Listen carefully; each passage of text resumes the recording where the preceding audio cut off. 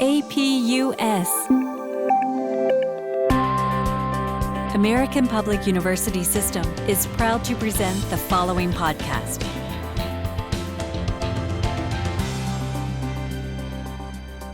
Welcome to the School of Arts and Humanities at American Public University System. My name is Dr. Bjorn Mercer, and today at the Everyday Scholar, we are talking to Dr. Wally Boston, President Emeritus at American Public University System. And today we're talking about COVID-19 and school reopenings in the fall of 2020. Welcome, Wally. Welcome. I'm glad to be here, Bjorn. Thanks for the invitation. Of course. With so much going on with COVID-19, the pandemic that, of course, has hit the world for months and months now, school reopenings is a huge topic. And school reopenings touches so many different facets of both the society and the economy and is politically driven. So I'm going to jump into the first question is, how is COVID-19 disrupting higher education? Wow, it's a great question. And I've published more than a few blog articles on it. So I guess I'll start with last spring in May, Timothy White, who I happen to know, he's chancellor of the Cal State University system, announced that beginning this fall, all of the Cal State universities, I think approximately 28, would be online, and with a few notable exceptions for a couple of lab courses here or there. But at the time, Cal State and under his leadership, they were the first to make such an announcement that they didn't believe that we'd be in a situation to allow them to return to campus safely. I think he was roundly criticized. But then a couple of weeks later, a few schools up in Massachusetts indicated that they were going to be mostly online with a few people on campus. And then we saw a lot of announcements from institutions. Well, we're going to make our decision later this summer. We'll make it around July 1st, July 5th. And I think there was a tracker in the Chronicle of Higher Education that was tracking the announcements. And prior to the 1st of July, the majority of schools were planning on coming back, returning to campus. After the 1st of July, trying to think at the exact break point, I think it was closer to the end of the month, the Chronicle published an article saying that it appears right now we're at 50-50. 50% of the institutions have said they're coming back or have not said anything at all, just leaving people to speculate that they were coming back. And 50% have announced they're going to be mostly online for the fall. It's interesting because as the incidents flared back up in primarily southern states so far, like California as a western state would be included in the group of where the flare-ups occurred, Florida, Texas, Georgia, et cetera. I said, this is crazy. These states with the flare-ups are not even in session from a college perspective. So when we get back to campus, this could be a disaster. Then there was an article published in the online Journal of the American Medical Association by a Yale PhD in public health faculty member there and two Harvard Medical School MDs, where they put together a simulation for a prototype 5,000 student campus where 5,000 students are attending classes on campus. All of them are pre-screened. However, of the 5,000, 4,990 are clean, no negative with no incidents, and 10 were asymptomatic, and the test results did not pick up the fact that they actually had COVID. And so they ran scenarios on how frequently you would have to test the entire student population during an 80-day short semester, because a lot of schools said, hey, we're going to start early and we're going to end at Thanksgiving because we're not going to bring back our students after Thanksgiving if they've gone all over the country and expose everybody to the COVID virus. So they said, we'll assume an 80-day semester, that most schools are trying to shorten this. And the results were crazy. It basically said that you needed to test the entire population every 2 days in order to maintain a safe situation. And it also assumed that there was no external influence, as in people visiting the campus, that could interfere and expose people to the viruses. You and I were college students at one time, you more recently than me, but I can still remember my days of living on campus and social events that happened on weekends. You know, you had a difficult major and couldn't get out during the week, and college students are going to be college students. I read that study and I said, oh, This, to me, is the evidence here that indicates that most schools will be online this fall. And I felt like it would tip. Interestingly, though, there are a number of schools that have not tipped and some large schools. And I view that as either an economic reason because they earn a lot of room and board fees, or they're a university that is in 3 of the Power 5 conferences that have not yet abandoned their opportunity to play football this fall. So as of yesterday, the Big Ten and the Pac-12 have announced that they're not playing football. But the Big 12, the ACC, and the SEC have said, we think we're going to play football. Our medical advisors have told us it's safe to play football. So I actually believe that they probably could play football safely if they had an experiment like the NBA is doing, where you get in a bubble. And I believe most of the Power 5 conferences had already announced that they were only going to play league members and they were going to stop playing non-conference opponents. But I really think you can't take these football players who are college students and expose them to other students and then allow them unguardedly to leave their dorm room or their off-campus apartment for a social event and not expect that there's going to be infections. I have twin daughters who are currently in college. They're both athletes, and they, were telling me all summer long that because athletes were allowed to return to campus June 1 per the NCAA rules for practice and training. And they were back on campus with their fellow athletes and just telling me about the number of people who are testing positive. Fortunately, neither of my daughters. They've been pretty good about keeping to themselves and keeping a very narrow group of friends who they see. But I think given the nature of colleges and given that study on the simulation from the folks at Harvard and Yale, I think this fall is going to be mostly online again. And that simulation is fascinating because it really highlights the fluid nature, I think, of humans, number one, and college students. College students, really, if you go to a campus, the idea is to interact with people, to talk to new people, to be exposed to different ideas. And that just highlights that fact. Now, I'm going to jump to the next question, which that simulation also kind of demonstrates it. What are the health risks of COVID to students and to teachers and staff? So from the CDC, most recent as of today, which is mid-August, cases by age group. So in the typical college range, 18 to 29, it doesn't break it down to 18 to say typical 23-year-olds or so. About 21.7% of all COVID cases are in that age range. So what are the risks for students going back?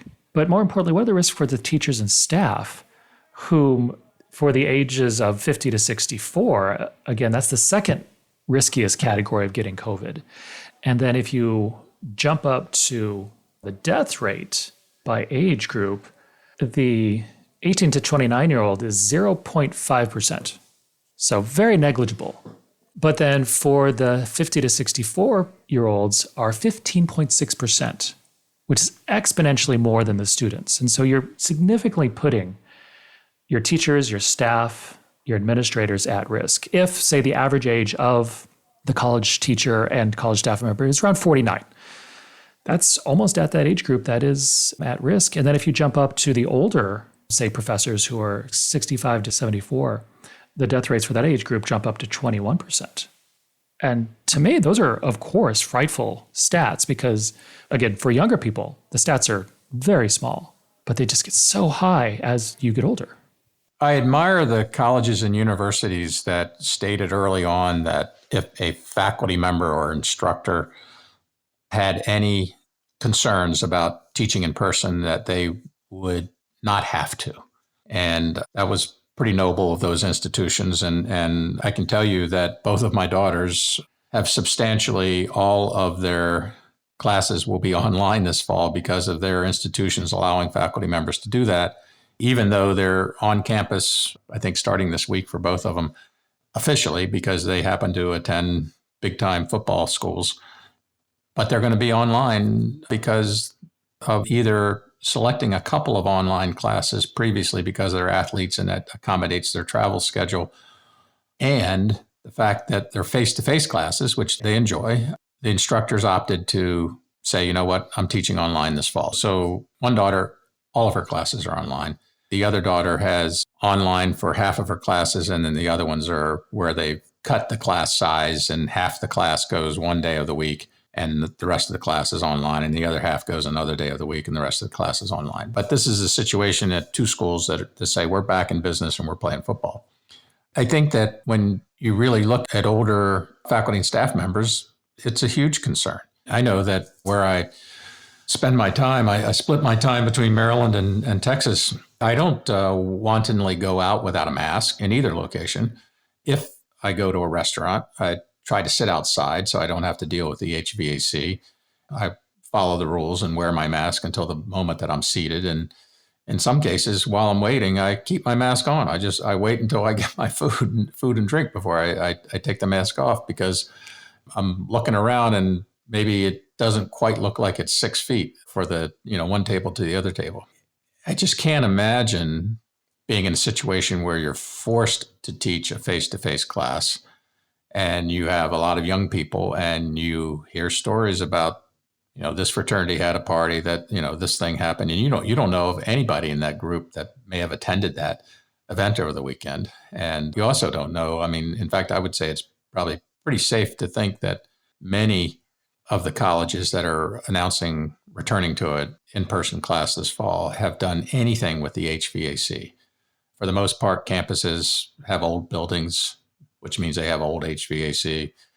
From what I understand, with some of the techniques on installing these much more pure filters and UV systems to destroy the virus, that you can really only do that with newer systems and not the older systems. So I'm a part-time faculty member with our institution, and I would tell you that if I had to teach face-to-face, given the fact that I'm 66 years old, I'd probably say, you know what, not going to do it.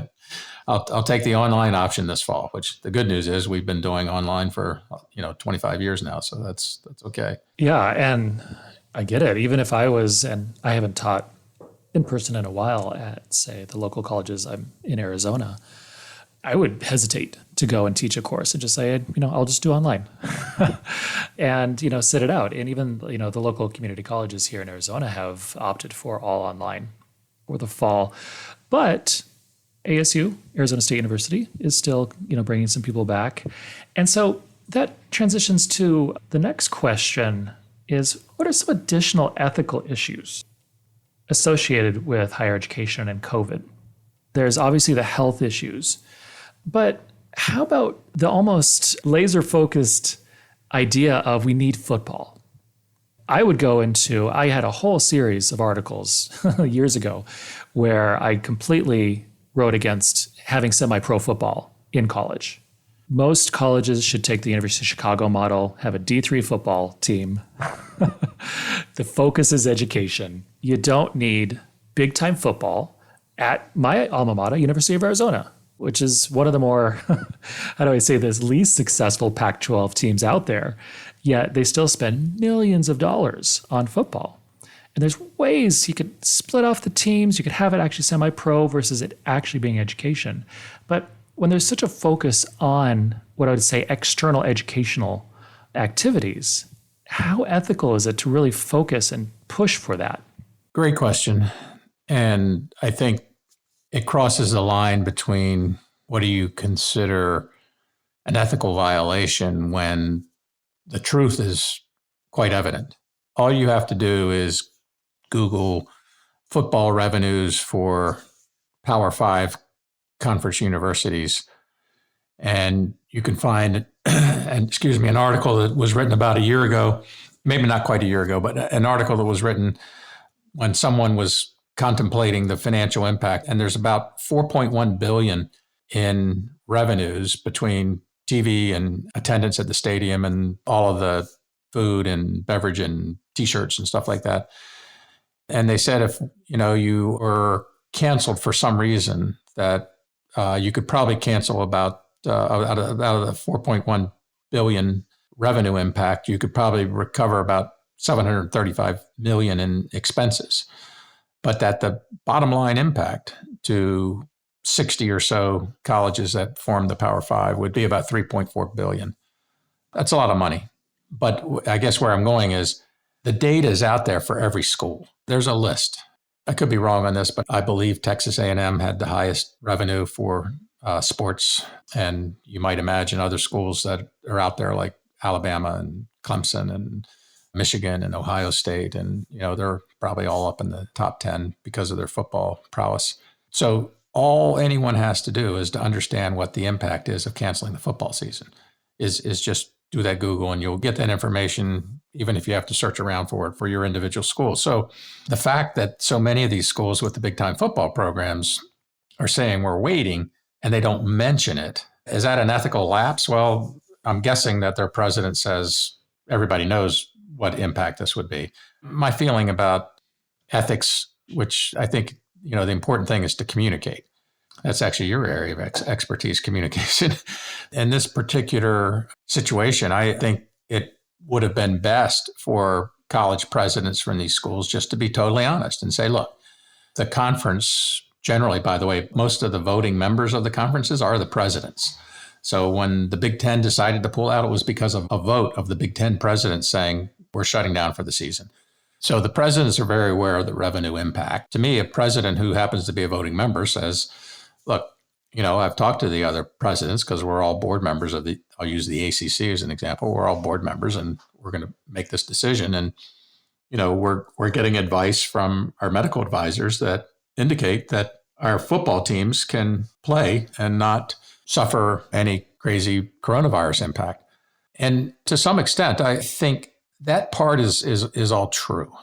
And I think the NBA is proving it. There are very few bubble cases of players coming down with, there are cases, but they've been able to contain it because of what they're doing down with Disney.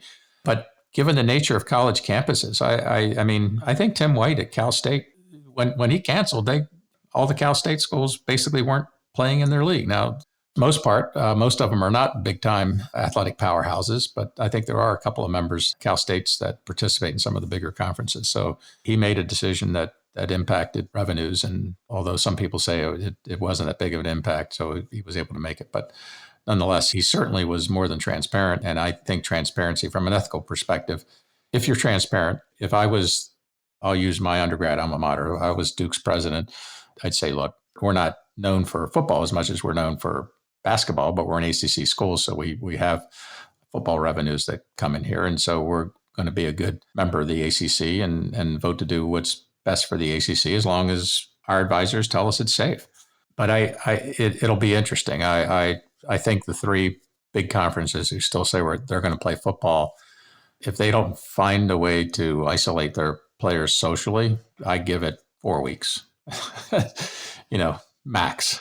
Yeah, and that totally makes sense. And what you said about the NBA bubble is a really fascinating experiment, and it's working. Of course, these players are professional and they're adults, 22 plus generally.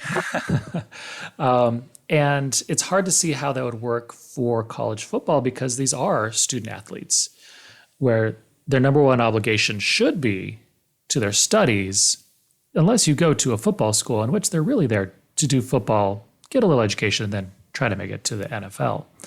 Or like you said at Duke, go basketball and then jump up to the NBA.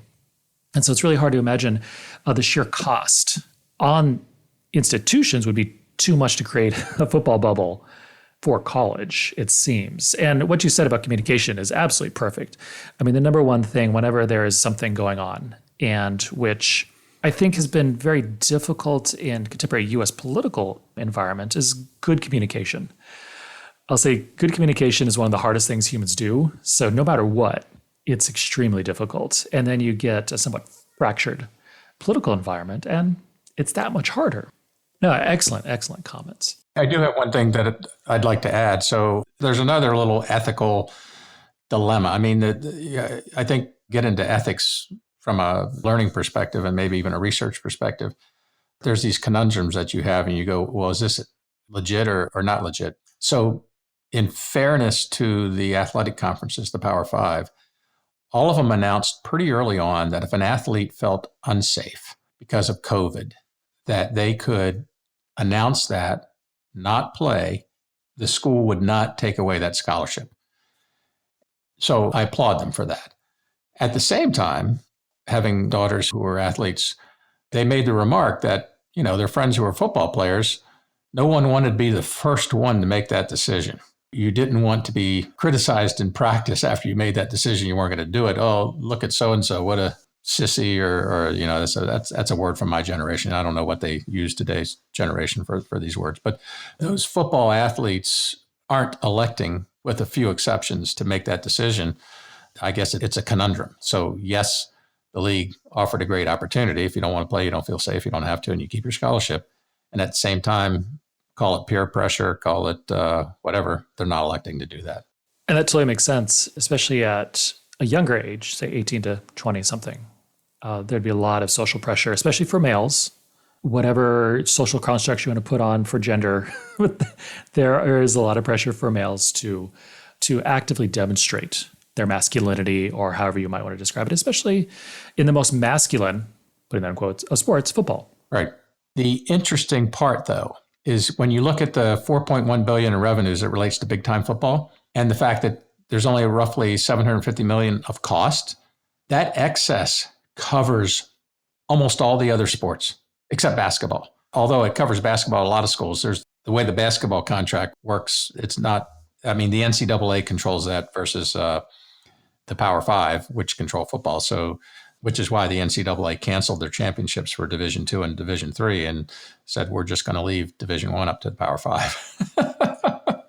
But because those monies come in and cover all these non-revenue sports, I'd actually not be in favor of that, because I think having teams in college is great. And you have this conundrum, though, that, the big money sports really drive a lot of decisions that you make. And I think probably a lot of presidents just have to say it's the evil they have to live with if they're getting money from two big sources, football and basketball, that there's 650 other athletes in sports that you probably wouldn't have a lot of those teams if you didn't have the excess coming in. So no, absolutely wonderful comments. And today we're talking to Dr. Wally Boston here at the Everyday Scholar, and we'll be right back. At American Public University, we believe quality education must be more affordable. That's why, as a leader in online higher education, we focus on minimizing costs and maximizing return on learner investment. And we believe higher education must be more accessible. So our online programs start every month. American Public University, within reach, without limits. Learn more at americanpublicu.com. And we are back with Dr. Wally Boston here at the Everyday Scholar. And I'll jump into the last question. And some analysts have predicted that anywhere from 10 to 20% of all higher education institutions might fail by fall of 2021. How did we get here? How did higher education get to a point to where a good number of institutions might fail? Well, the basis for this precedes coronavirus, COVID-19. In January, my dissertation chair from the University of Pennsylvania, Robert Zemsky, and two colleagues published a book called The College Stress Test. And the impetus for that book was they had proposed to Johns Hopkins Press, a group that they periodically write books for, to write a book about law schools. Law schools have seen huge declines in enrollment over the past 5 or 6 years, primarily because the price to attend law school got to the point where the average law school graduate came out of law school with $125,000 in debt, and more than half of them couldn't get jobs as attorneys. We had expanded our law school enrollments nationwide and also expanded the tuition to the point that everybody thought that, wow, there's more than enough employment to go around at 6-figure salaries for lawyers, and that just didn't happen. The top 10 law schools would graduate attorneys who could get jobs with the big firms that would pay that kind of money, but no one else. They wanted to write the book about law schools, and the director of the press said, why don't you write it about all colleges? And so they said, okay. And using data from iPads and their own understanding, and Professor Zemsky is someone who writes about the financial models of colleges and universities all the time. He's been doing it for years. So they developed a college stress test. And as they were nearing publication, the news hit back in November of 19 that a new firm, a higher ed consulting firm, was getting ready to publish a list of schools that were in imminent danger of going under based upon their assessment of publicly available metrics. And they were doing this as a project in concert with Inside Higher Ed. Inside Higher Ed was going to have a series of articles on it. And basically, they and Inside Higher Ed were threatened to be sued by several of the schools that were going to be on that list. They said, you can't do this. You put our name on a list of schools that are going to go under, and you're going to sink us. We're dependent on tuition, and people are going to say, well, I'm not going there. They're going to go under. So Professor Zemsky, Bob Zemsky, and his colleagues opted to, in their book, use some examples where they'd gotten permission from the institutions, but publish the algorithm for how you could access the data to calculate for your own institution what your at-risk factor was.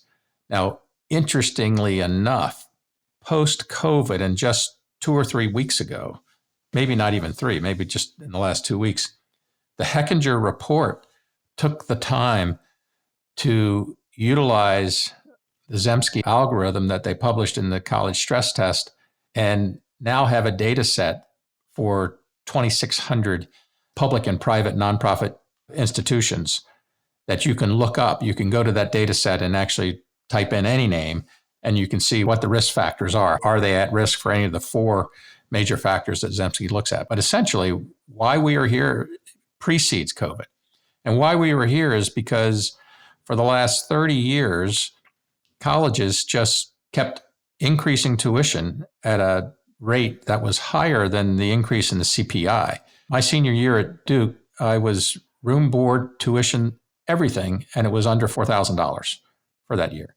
Now, granted, that was in the late 70s, but I still have the registration book that lists all the fees and everything. And now it's that same number for similar thing at Duke is in the 70s. As in like 75,000, 76,000. And the cause of it, I think there was a period of time when we were expanding the children of the baby boomers, and we had ratings, and everybody wanted their children to go to the top schools. And so top schools were able to increase their tuition. And then the ones that weren't top schools aspired to be top schools. So they were putting in the climbing walls and the amazing dormitories and everything else to attract people, but also they were jacking up the tuition for that experience. So if you take the tuition rates that colleges had in the 70s, tuition, room, and board, and compare, we should be at about half or maybe even less of where we are today. The colleges really built a business model that for many of them was tuition dependent. But when they got to a point where the tuition was really too high, then in some cases they started discounting their tuition. So you hear about tuition discounting, and a few years ago, the red flags were out there by people who follow higher ed, and they said, the average tuition discount rate, I can remember this very vividly, probably 15 years ago, the average tuition discount rate was 42 or 43%. They said, we're approaching 50%. Once we get past 50%, it's not good. Well, we're past 50%. Some colleges have close to a 70% discount rate.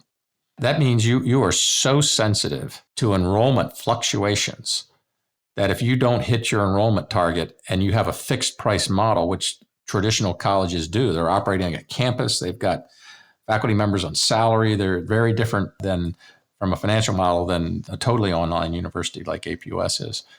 So when they canceled classes in the spring, many of these colleges that were tuition sensitive said, we'd like to refund you the money, but we can't. Now, most colleges did do a refund, thinking that they could get part of that back with applying for government relief. And I know there was some money that did go back to colleges for that purpose. At the same time, many of the ones that said, we're going to be back, we're going to be safe, we're going to be, knew that they couldn't have a fall like the spring. And Bob Zemsky was interviewed after COVID came out. He was interviewed by the Chronicle. I think this was in April. And they said, have you changed? Because in your original estimate for the college stress test, you said 10% of all colleges are imminently in trouble. He said, yes. He says, if colleges open up online in the fall and not on campus, he said, I think the number goes from 10% to as high as 30%. And subsequent to that, there have been other predictions. If you look, there's a professor, Scott Galloway at NYU's business school. came out with his own ranking, very, very creative, but I don't think it takes into account certain things like public institution funding. And he has a pretty big list of who's impacted and why. And then the Hechinger thing, which published Zemsky. But you can even go back to Clayton Christensen, who came out with the book Disrupting Class, 15 years ago or so. He predicted by 2020, half of all universities would be gone. Now, ignored the fact that there are ways that troubled institutions can kind of linger and slowly die versus immediately die. I think Professor Zemsky's estimate that they don't open up for the fall, a much bigger number of institutions are in trouble. I think that's going to happen. Everybody that I know that follows this, myself included, believe that this fall we'll see announcements for a substantial number of closings. Let's say there's normally 5 or 6 schools that close in a year. I've seen one projection that the number of closures that are going to get announced are going to be at least 10 times that. So instead of 5, 50. It makes sense, especially with COVID complicating everything, with so many small businesses going under. I mean, even just where I live, there's so many different small businesses that in the last few months have closed up for good. And it would make sense that higher education, which is so enrollment sensitive, would also be very susceptible to that. Now, do you see that a lot of the smaller, what I would describe as regional schools are more at risk? Because a lot of the larger institutions are only getting larger, kind of taking away some of the enrollments of these smaller private colleges, which 100 years ago were wonderful, and they've grown up and they fulfilled the need of their community. But then almost every small college now, say if it's in Iowa or Arizona or West Virginia, is essentially competing for the same national pool of students, plus a little bit of their local, and also competing with all the big schools and competing with online schools. And also just the fact that higher education in general has changed in 100, greatly changed in 100 years. I think that the idea of going to a college campus with, let's say, 1,200 students living on campus for all 4 years and, receiving this intimate one-on-one, or not one-on-one, but small class instruction that taught you the liberal arts and how to learn critical thinking and how to become a better citizen. And that would get you a job and it wouldn't break the bank on your family's savings and pocketbook. Disappeared a while ago. Going back to the escalating tuitions of the 80s, 90s, and early 2000s, and the fact that we had this peak in the 18-year-olds graduating from college, and that's actually been 4 years now since we've come down from the peak. And the fact that technology has eliminated a lot of middle-class jobs has caused people to be pretty skeptical on the value of paying a premium for a college that doesn't have a brand name and doesn't have a reputation for getting people jobs on Wall Street or whatever their goal may be. That has disappeared. And I would say that it's time that if an institution hasn't found a niche for it to claim to attract students, and those students feel confident that when they leave, they either get into the top grad schools or they get hired by Big 4 accounting firm or Big 3, whatever they're down to now. I think those institutions are in serious trouble, and probably deservedly so. Shame on the administration and shame on the board that someone didn't try to say, how do we get back into this game and how do we do it and think of the students, think of the mission, think of the students. So there are going to be closures, and the closures aren't going to be the small privates either. They're states. I mean, when you look at the economic impact of COVID, very few states have even brought the legislature back to reconcile with the fact that their incomes, everybody who was laid off isn't going to be paying the same level of income tax that it paid last year. If they weren't getting paid wages, they're not going to be paying the same income taxes as last year. States that depend on tourism, the restaurants being shut down, the sales tax from restaurants, the sales tax from retail establishments is shut down. Look at all the bankruptcies of the stores and the malls. Bottom line is that the state's budgets are going to be impacted. States are obligated to fund K through 12 education and Medicaid. Beyond that, the higher ed budget, their contribution to higher ed, it's not mandated. If it's not mandated, it's subject to cuts. If it's subject to cuts, you have to raise questions that have been raised in the past, but generally ignored, which is, why do you need multiple research institutions in a state? I grew up in Maryland. We have a lot of universities in Maryland, But a number of the universities going back to the early 1900s were normal schools. Normal schools were where they prepared people to teach. And then they went from a normal school to like a college. And then sure enough, in the whole progress of prestige and all that, most of those normal schools that went to colleges or went to teaching colleges are now universities. I think that when Maryland has to adjust its budget, it'll be interesting to see what happens to those. And Maryland's not the only state. Ohio is the state that they're speculating on could have the most impact to its state institutions under the COVID impact because of taxes. And I think there are greater disparities between their flagship, Ohio State, which is a huge research university, one of the biggest in the country, and then some of the smaller places. So we'll see how that all shakes out. So in the very near future, I could see Arizona State having the largest school of music for Arizona, and University of Arizona and NAU going to marching band schools, which to me makes sense because otherwise you're just going to, quote, waste money on fields that don't have a lot of opportunity. And that's not saying that you can't go into certain fields and it's good for personal development, but you need to have your niche, if that makes sense. I thought when the Obama administration came out with their gainful employment rules, which they targeted specifically for-profits, and I told the deputy at the Department of Education this, I said, this would be a great rule if it applied to everyone.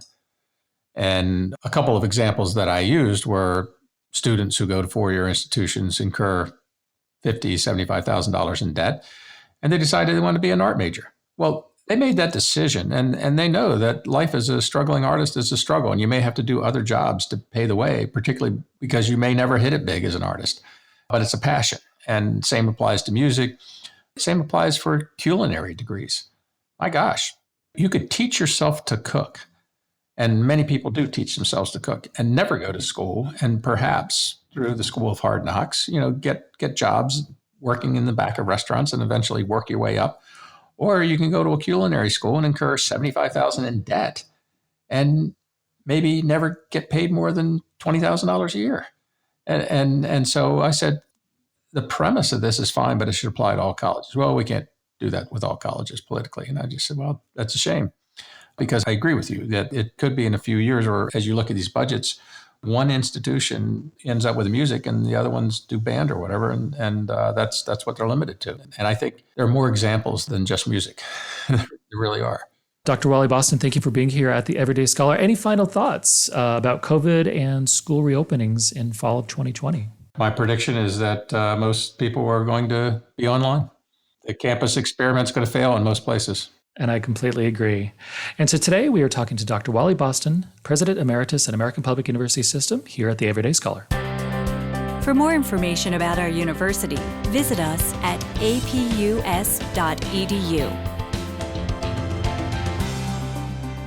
APUS, American Public University System.